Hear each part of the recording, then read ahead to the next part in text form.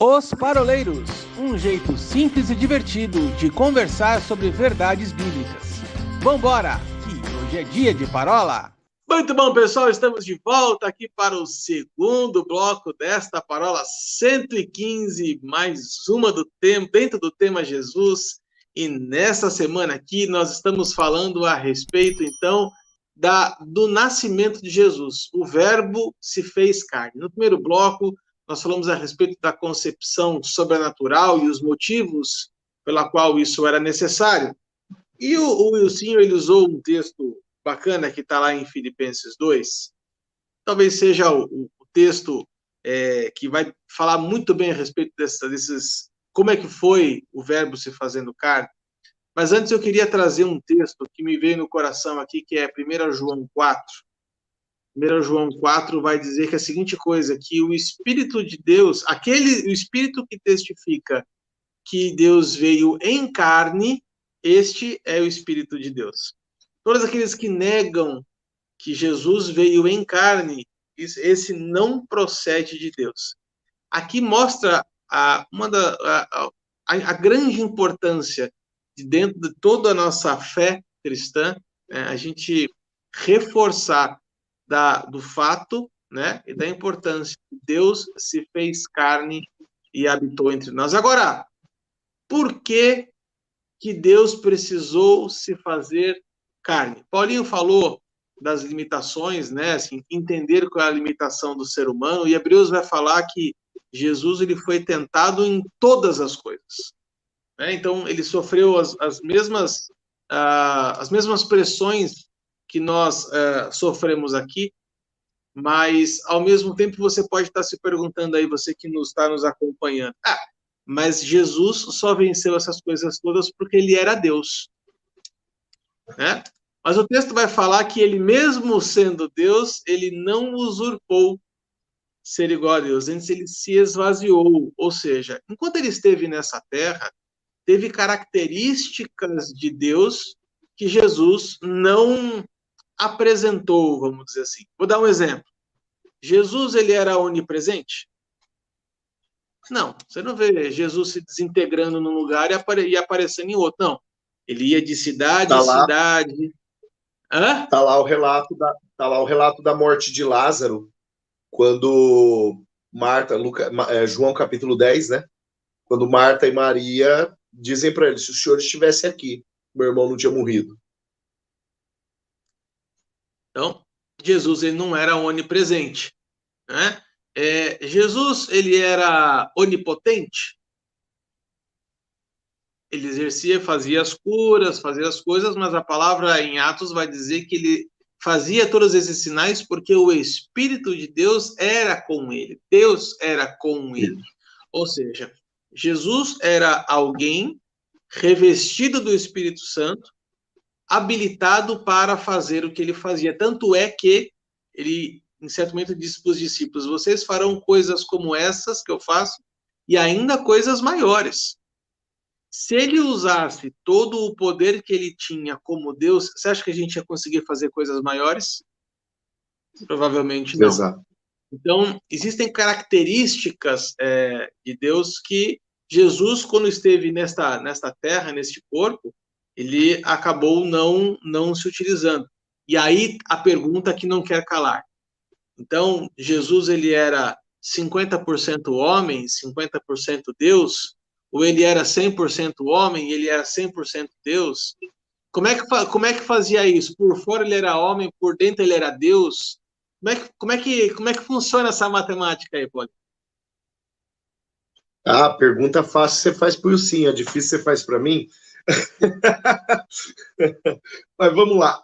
Eu acho que eu tenho alguma pista disso, né? Que de repente pode não fechar a conta, mas dá um caminho, né? Essa ideia de Jesus como 100% homem, 100% Deus, ela vai pressupor a humanidade verdadeira e integral que Cristo exerceu enquanto esteve nessa terra, mas também a total submissão à vontade do Pai, ao ponto dele não ter, em momento algum, se distanciado daquilo que o alinhava com o Senhor. E aqui está, então, a afirmação de Cristo como 100% Deus. Em Lucas, inclusive, essa foi uma pregação de Natal, algum culto de Natal aí muito, muito bacana, né? Lucas 2, lá nos versos 10 e 11, se não me engano, o anjo ele fala assim para aqueles reis magos: olha, hoje eu trago uma boa nova de muita alegria para vocês. Né? Aí o 11 diz assim: hoje, na cidade de Davi, vos nasceu. É isso mesmo? É esse texto mesmo? Hoje, na cidade de Davi, vos nasceu o Salvador, que é Cristo, o Senhor. Né? Nasceu, pressupõe-se o Jesus 100% humano. Né? Ele veio, como disse o Will e transcorreu aí no primeiro bloco, ele veio a partir de uma incubadora natural, a barriga de uma mulher, né? Ele veio a partir, não de meios naturais, mas da incubadora natural, e ele nasceu como um bebezinho, o verbo se fez carne. Mas, a partir daí, né, ele nasceu, o texto bíblico diz, mas a partir daí vem as informações que linkam Jesus a um propósito. Nasceu o Salvador, que é Cristo, o Senhor. 3 identificações: Salvador, ministério. Cristo, ele é uma promessa. Senhor, ele é um governo. Então tem algumas instâncias importantes aí que dizem respeito a Deus e que de fato estavam em Cristo, mas estavam no cumprimento de um propósito. E Jesus, ele nasce com um propósito, ele nasce com essa identificação, né? Ele nasce como o rei dos judeus, né? Tanto que isso dá uma perseguição. Herodes tem todo aquele ciúme, manda matar os primogênitos e os meninos de até 2 anos de idade, nessa busca, nessa procura por esse tal desse rei que veio roubar o meu trono, que veio roubar a minha posição de governo, que veio fazer um motim dos judeus contra os romanos que governavam desde 44 a.C., e quem esse cara pensa que ele é, quem esses judeus acham que eles são para exaltar um menino recém-nascido ao trono que é meu. Então, no final das contas, Jesus ele já nasce com um objetivo ministerial sobrenatural, muito maior do que ser rei e se assentar em um trono construído por homens. Havia um propósito ministerial.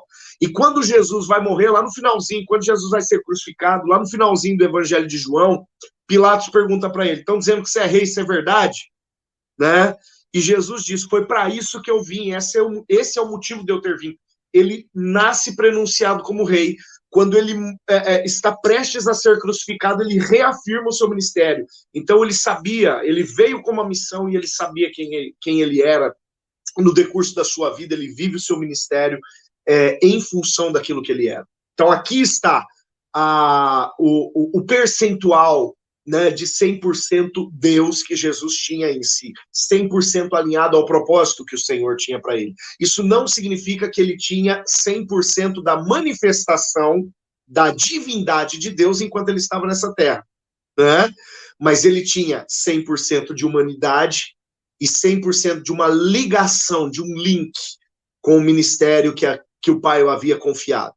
Tanto que isso evidencia-se na oração que Jesus faz lá no Getsêmani, quando ele diz assim: ó, Pai, não tá fácil encarar esse cálice não, mas para não quebrar o percentual, né, para não diminuir o nível, a vontade que vai prevalecer é a tua, né?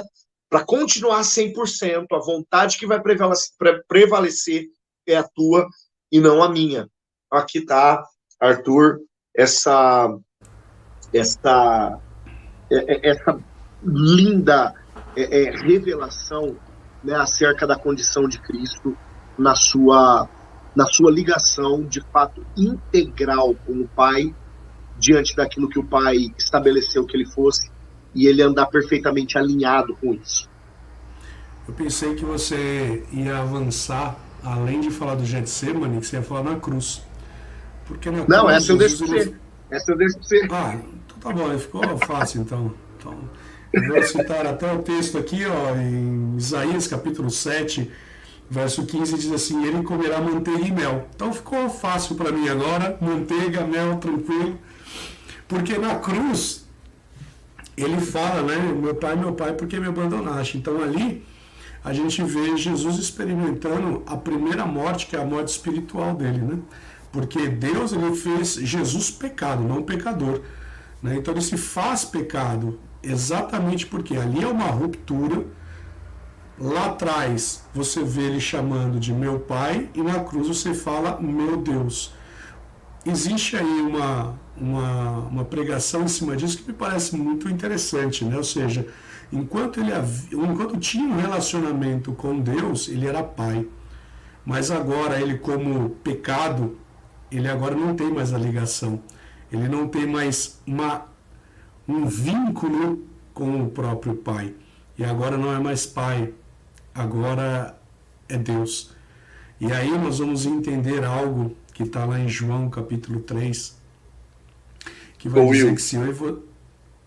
Só um detalhe, isso é tão profundo que você está falando, cara. Isso é tão profundo, eu estou tão arrepiado aqui. Volta a ser pai só na hora que Jesus entrega o Espírito nas mãos. Eu volto pro teu colo, né? Olha, isso é de arrepiar. O que é isso que Deus colocou no teu coração? Você pode usar isso aí no domingo, não tem problema não. Aliás, Igreja prudente, saiba você que quem trouxe essa liberação aí foi o Espírito Santo aqui, tá? Enfim. Aliás, só abrir um parênteses, a gente pode deixar já no cabide aqui, nas próximas parolas, dentro do tema, uma das parolas ser a respeito das 7 afirmações de Jesus na cruz, né? E aí, se você pegar exatamente, então Jesus ali, ele tem uma ruptura, né? E aí, como o Paulinho mesmo disse, ele se torna filho de novo depois, né? Tanto que nós temos aí algumas passagens a respeito. E aí nós vamos trazer para o nosso ambiente. Porque quando Jesus, lá em João capítulo 3, ele vai falar o seguinte: olha, quem não nascer da água e do Espírito, não verá o reino de Deus. E quem assim não fizer, já está condenado. Jesus, ele veio para ser não somente o sacrifício perfeito, mas também para ser o instrumento pelo qual Deus exerceria o juízo sobre o pecado. Então, quando ele está lá na cruz e ele está falando assim: meu Deus, por que me abandonaste? Nesse exato momento nós vemos a ruptura, né, do relacionamento com ele. Então, aquela dor que ele tinha era isso. Então, ali, ele de fato, ele é o cordeiro perfeito, acabado, com o sacrifício pronto e acabado. Então, você vê como que desde a concepção lá em Maria, era necessário todo esse caminhar. Eu gosto muito de Lucas capítulo 24, verso 44, quando diz assim, né? Que ele fala: olha, aquilo que os profetas falaram a meu respeito, aquilo que Salmos falou a meu respeito, aquilo que a lei falava a meu respeito, eu vim para cumprir. E na cruz a gente vê se cumprindo Zacarias. Então você vê como que Deus, ele trabalhou de uma forma tão espetacular nisso. E aí, só para terminar, eu gosto de uma forma como outro dia um professor, ele ilustrou isso. Ele falou o seguinte: por que Jesus, ele tinha que vir em carne? Por que ele não apareceu, por exemplo, como Melquisedeque, do nada ele aparece assim, né? Como disse o Arthur aí, sendo transportado, né? Não é transportado que ele usou, eu até pensei que ele estava falando Star Trek, né? Daqui a pouco ele ia usar Jesus como na nave do Star Trek, falando assim: me leve para casa e tal.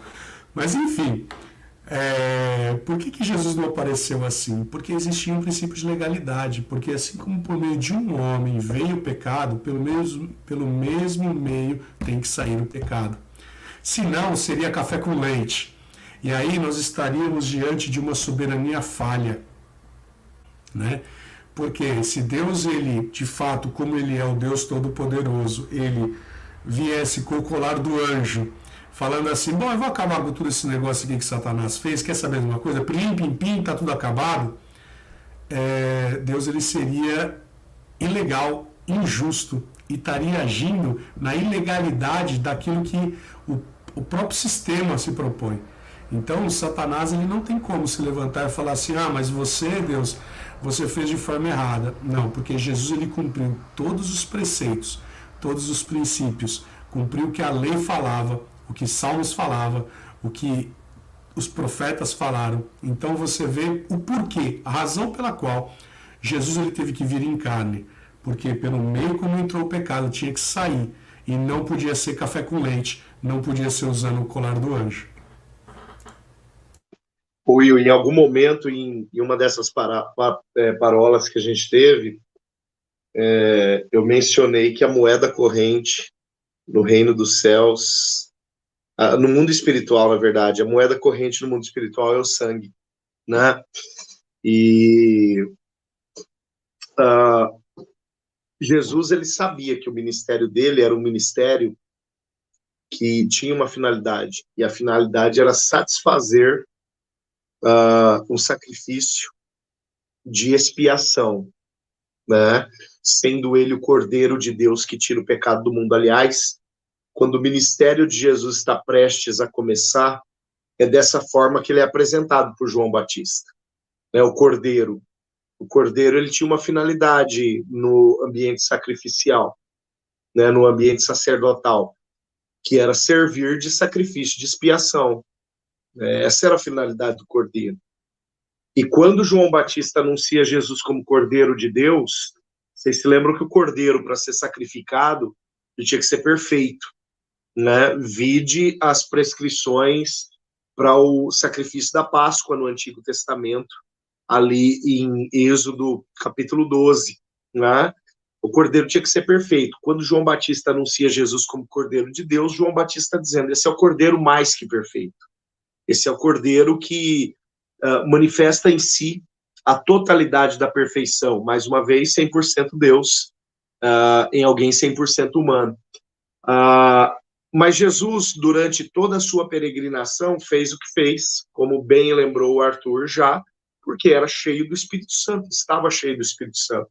Mas quando ele vai para a cruz e encerrar o seu ministério, um pouco antes, no Getsemane, quando Jesus ora dizendo ao Pai que a vontade do Pai é a vontade que deveria prevalecer, Jesus só o faz justamente porque ele sabia que o ápice, o clímax, a causa do seu ministério era o que estava prestes a acontecer. Porque até então, de tudo que Jesus havia feito, ele ainda não havia derramado sangue, né? Ele ainda não havia derramado sangue. Então, a convicção, o entendimento de quem ele era, é o que o alinhava ao propósito eterno que o estabelece como a palavra encarnada, o que Deus disse acerca dele encarnado, e o que Deus disse acerca dele, esse vai ser o Cordeiro que vai tirar o pecado, esse vai ser o Cordeiro da expiação, esse vai ser o meu plano de resgate, esse vai ser o meio pelo qual eu vou abrir de novo a porta que está fechada por causa do pecado. O que Isaías 59, 1 e 2 diz? Que os nossos pecados causam separação entre nós e o nosso Deus, de maneira que Deus não nos ouça, né? Mas o versículo 1 diz, a mão do Senhor não está encolhida para que não possa salvar, e nem surdo o seu ouvido para que não possa ouvir, né? Então, Deus está disponível, mas há um abismo, há uma separação entre o homem pecador e um Deus santo. E o que proporciona essa ponte de resgate, essa ponte de acesso? Cristo Jesus, através de que meio? Do seu sangue, do sacrifício, do exercício do ministério de Cordeiro, do derramar do seu sangue sacrificial, para que ele possa servir de porta de acesso, de ponte de acesso do homem ao Senhor, né? Então, o cumprimento desse propósito, o estabelecimento dessa vontade, o estabelecimento desse ministério nada mais é do que Jesus encarnando o que o Pai falou acerca dele, o que o Pai sonhou acerca dele, o que o Pai projetou acerca dele. E dentre todas as palavras que o Pai fala, como nenhuma delas pode ser frustrada, a palavra que o Pai libera acerca do Cordeiro, a palavra de identidade, de ministério, de propósito que o Pai libera acerca de Jesus é cabalmente cumprida. Por isso, o Verbo se fez carne. Por isso, o Verbo de fato existiu, cumpriu, subsistiu, não desistiu, persistiu naquilo que o Pai havia estabelecido para ele. O Evangelho de João vai falar que Jesus amou e amou até o fim. Né? Quando você fala que persistiu, é bem isso, né? O amor, ele não desiste. Eu escutei essa frase semana passada de um pastor meu aqui, ficou gravada no coração. E o senhor falou a respeito do primeiro Adão e do segundo Adão, né? Até para dar uma referência bíblica só do que ele está falando, para poder citar a Bíblia, porque o senhor não está citando muita Bíblia. Você está pouco bíblico hoje, viu, Will? Estou preocupado com então, você. Wilsinho, você tem que ser mais bíblico, Wilsinho. Bora, Will! Bora, Will! É que, na verdade, depois da biologia sistemática, eu fiquei meio preocupado aqui. Só por isso, mas está tudo certo. Você que está nos ouvindo, que tem seu filho no curso, no ensino médio, se precisar de umas aulas de biologia, nos chame, nos procure. As nossas redes sociais daqui a pouquinho vão passar por aqui. Nós temos o nosso professor oráculo e nosso professor decano que poderão te ensinar. Mas essa citação... Aulas particulares de biologia sistemática. Ligue já! Eu tô até pensando já, eu sou um cara meio visual nessas coisas, eu fico já pensando assim, o Paulinho com aquelas lousas intermináveis, fazendo mapas mentais de biologia sistemática, mostrando primeiro a concepção, para depois mostrar o nascimento. Você já imaginou uma lousa daquela sua lá, Paulinho?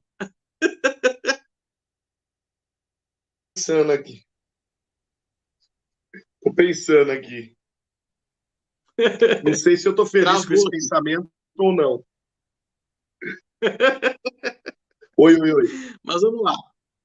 Só fazendo essas citações, né, que o Cinho acabou comentando na fala dele aqui, eu quero deixar aqui registrado para depois você acompanhar. Está lá em Romanos 5 e também está em 1 Coríntios 15, né, quando ele fala do primeiro Adão e do segundo Adão, né, dizendo que o primeiro Adão ele se torna, então, por o pecado entrou por meio de Adão, né, e depois Jesus veio de forma espiritual para ser o segundo Adão e retirar o pecado do mundo, né? Então, fica aqui essas duas referências bíblicas de Romanos 5 e 1 Coríntios 15, para depois você acompanhar aí. Meninos, uma coisa que eu queria pescar com a gente aqui, e a gente já falou isso em... o livro do Paulinho de Biologia Sistemática. Tá lá. Eu não podia perder essa. Não, para a gente encerrar aqui, eu sei que a gente já fez uma parola inteira sobre isso. Depois dessa tem que acabar mesmo.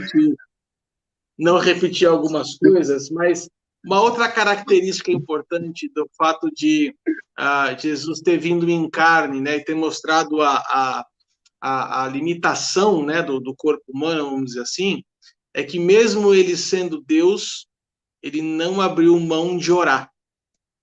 Né? Então, assim, se ele era Deus, ele era um com o Pai, então por que orar?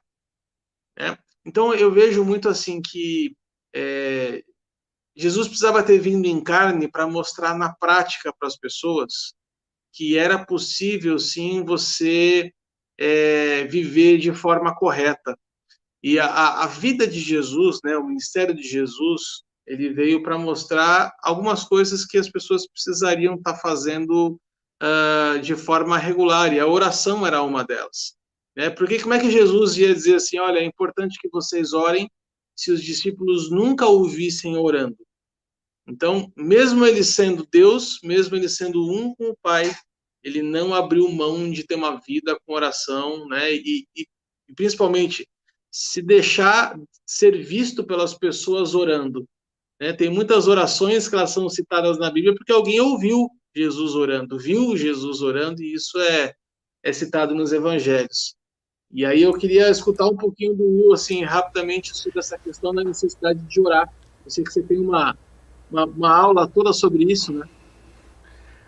Isso que você falou é algo interessante, né? Porque Jesus ele fala o seguinte, eu até parafraseei isso daí outro dia lá na aula que eu dei no sistema prisional, que eu falei o seguinte, pessoal, presta atenção numa coisa, Filipe, ele vira e fala assim, Jesus, mostra-nos o Pai.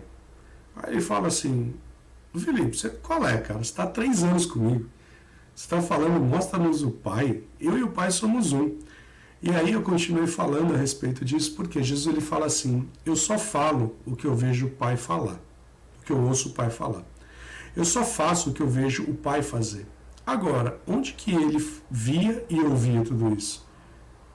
E aí a gente pode trazer aí algo bem interessante que está lá em Salmos capítulo 5, verso 3, né? Quando diz que eu acordo pela manhã, faço o meu devocional e aquieto o meu coração e Deus fala ao meu coração. E a gente vai ver que a palavra vai dizer muitas vezes o coração como sinônimo do meu espírito, né?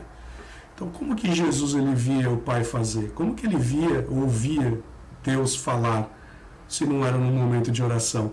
Nós não vemos na Bíblia em nenhum momento Jesus parando, tirando quando o Arthur falou que Jesus ele estava lá na nave do Star Trek, sendo teletransportado, né, que ali ele de fato ele via alguma coisa naquele telão, você não vê de forma alguma em nenhum dos evangelhos. Você não vê Jesus parando, tendo uma visão e falando, pai, tá, entendi, vamos fazer assim. Mas fala que todas as vezes ele saía para orar. Né? Você pega, por exemplo, quando ele atravessa o Mar da Galileia, né, que ele se retirou para orar. E aí algo acontece na sequência. Aí ele entra no barco e algo acontece. Então, sempre depois de um momento de oração, é como se ele estivesse falando assim, bom, Deus me mostrou alguma coisa, eu vou andar e caminhar nesse nível de revelação. A ponto de que quando Jesus acaba de alimentar todo o povo, acaba de pregar e tudo mais, ele fala para os discípulos, vai lá, entra no barco, atravessa lá que eu vou me retirar para orar. Muito provavelmente ele ia lá trocar uma ideia com Deus, falando assim, bom pai, eu fiz lá o que o senhor me mandou, deu certo, campeão, qual que é a próxima agora? Né? Então ele ouvia o pai falar, ele via o que o pai tinha para fazer. E isso nos dá uma instrução, né? Porque, citando Filipenses, que a gente já citou várias vezes aqui, que nós tenhamos o mesmo sentimento que houve em Cristo. E quando nós falamos de sentimento, também é dessa forma. Ou seja, eu tenho que me posicionar como ele. Muitas vezes a gente caminha e a gente gosta de falar do profético, a gente gosta de falar dessas coisas assim, mas a bem da verdade você só caminha no profético porque você vê os passos de Jesus na tua frente. Você só anda no profético porque você teve também o ouvir, como diz lá em Isaías, que você vai andar ouvindo a voz do Espírito dizendo, esse é o caminho, andai por ele.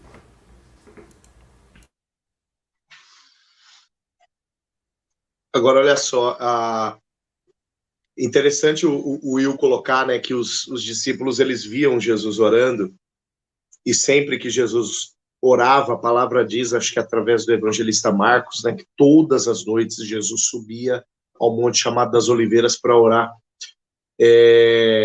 Os discípulos associaram o mover sobrenatural de Jesus a essa prática persistente, né? Essa prática constante da oração. Ao ponto de ali em Lucas capítulo 11, verso 1, os discípulos dizerem para Jesus, ensina a gente a orar, né? E Jesus de fato ensina. E o Arthur ele coloca, né? Poxa, Jesus ele não precisava, mas por que orou? Né? Ele estava em comunhão com o Pai. Por que orou? Aí a gente para pensar na oração modelo, que a gente apelidou ela de oração do Pai Nosso, o que Jesus ensina no sentido de petição. Se você for ver bem, a oração modelo ela tem 3 petições. O pão nosso de cada dia nos dá hoje, perdoa as nossas dívidas, assim como temos perdoados aqui aos nossos devedores, e não nos deixes cair em tentação. Tem 3 petições, pão, perdão e tentação. Né? Tem coisa mais humana do que essas 3 necessidades? Necessidade de alimento, a necessidade de arrependimento e a necessidade de livramento das possibilidades da gente pecar. Tem coisa mais humana que isso? Não tem. Então Jesus, ele, no fundo, ele está transmitindo o seguinte, cara, como você é humano, eu vou te ensinar uma chave de ligação com o Senhor, porque você precisa disso, mediante as suas necessidades, né? Você vai precisar de alimento, toda a provisão vem dele. Ele é o Javé Jireh. Você vai precisar de perdão, porque você vai pisar na bola. Todos os pecados estão destituídos da glória de Deus. Você precisa se aproximar dele de novo. E o meio é esse, não há outro meio, senão o meio do arrependimento. Não há outro caminho, senão o caminho do arrependimento. A primeira mensagem do evangelho, antes de Jesus começar a pregar, quando João Batista começou a pregar, era essa, a mensagem do arrependimento. Arrependei-vos, porque é chegado o reino dos céus. A grande mensagem do evangelho é essa. Não existe evangelho sem arrependimento. E, por fim, o livramento da tentação. Por quê? Porque o tempo inteiro, né, o autor da carta aos Hebreus repete isso algumas vezes, se não me engano é o profeta Sofonias que diz isso, mas nós somos entregues à morte todo dia. Isso significa o tempo todo nós estamos vulneráveis a enveredarmos-nos por caminhos de morte. Qual é o salário do pecado? A morte. É de pecado que a palavra está falando. Que a oração padrão de Jesus está falando, a oração modelo de Jesus está falando, para que a gente seja livre de cair em caminhos que vão nos devolver a condição de velha criatura, a condição de mortos. Antes vocês estavam mortos de seus delitos e pecados, é o que a palavra fala lá em Efésios, capítulo 2. Né? Nós estávamos mortos nesta condição de delito e pecado. E ele nos resgata. Colossenses capítulo 1 diz que ele nos tirou do charco de lodo. Ele nos tirou do império das trevas e nos transportou para o reino do Filho do Amor. Né? Então, essa condição de sair da posição de morte. Gente, 3 pedidos extremamente humanos. É como se Jesus disse, você é humano, você é gente, né? Você está vivo. Lá no Salmo 150, todo ser que respira louve ao Senhor. Mas aqui, em Lucas 11, o recado é esse, todo ser que respira, cara, você tem que crer que Deus é a sua provisão, você tem que viver em arrependimento, e você tem que viver se distanciando dos caminhos de morte, porque nós somos entregues a estes caminhos todo santo dia. Então, Jesus deixa uma baita de uma lição acerca de oração para nós, como meio de estabelecimento de uma comunhão, né? Acho que o Arthur usou o termo bate-papo, né? Esse meio de estabelecimento de uma comunhão com o Pai que nós precisamos ter mesmo. Maravilha. Então vamos chegar ao final aqui desta parábola número 115, mais uma dentro do tema Jesus. Se você gostou desse conteúdo, já deixa o seu joinha aqui, já compartilha com a sua lista de amigos e conhecidos. Siga-nos nas nossas redes sociais, no Facebook, no Instagram, já assina o nosso canal no YouTube. E para você que gosta de formato de podcast, tem também no Spotify, agora com vídeo. Olha só que bacana. O Paulinho falou uma coisa no final do primeiro bloco assim, se você corria para o Spotify para não ver a gente, dançou. Vai ver a gente lá também. Dançou. Mas nós não somos apenas essas carinhas bonitas. É verdade, é verdade. Fiquem com Deus e até semana que vem, se Deus quiser. Tchau, tchau.